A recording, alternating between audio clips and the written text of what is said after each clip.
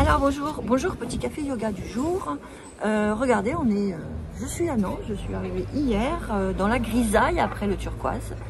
Et je suis avec Emmanuel qui a une grande question existentielle. Oui, la grande question, comment se sortir, comment réussir à dépasser un chagrin d'amour? Un chagrin d'amour. Un chagrin d'amour est-il vraiment un chagrin? Et l'amour est-il l'amour? Il faut redéterminer, redéfinir tout. Qui est-ce qui est atteint lorsque j'ai un chagrin d'amour?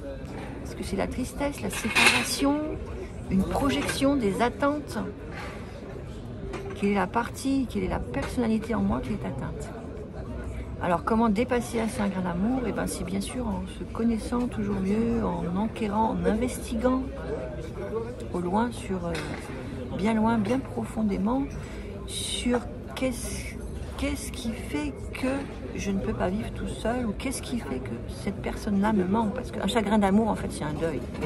C'est un deuil. Un chagrin d'amour, c'est quelqu'un qui nous abandonne. Alors, tu parles de qui, là? De quoi? De toi? Non. Je parle pour un... Chagrin d'amour. De quelqu'un qui s'est séparé, ou qui a été séparé. Ouais, qui subit, qui a perdu. Qui a l'impression de subir, en tout cas. L'impression de subir. Quelle est ton idée là-dessus? Qu'est-ce que tu lui conseilles?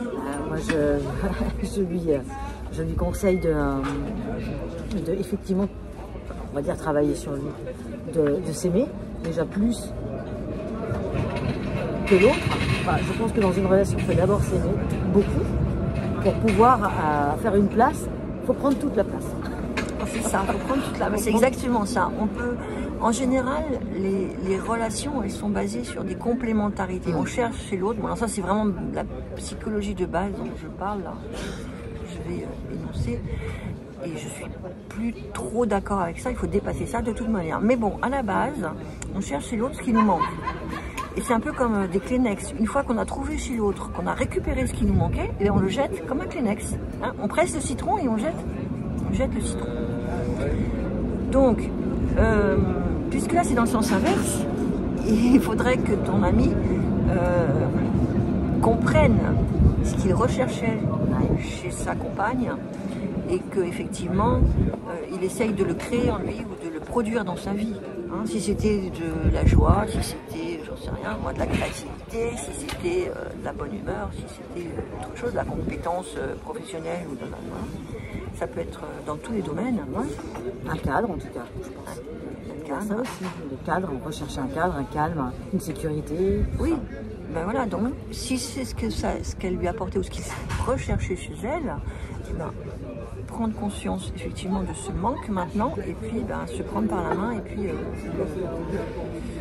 le recréer dans sa vie. Et là, il sera enfin complet, plus ou moins, on va dire. En tout cas, il aura un petit bouchée, une petite partie manquante. Il va récupérer une partie manquante de chez lui et il pourra aller apporter son entièreté, on va dire, hein, son entièreté à l'autre, son énergie.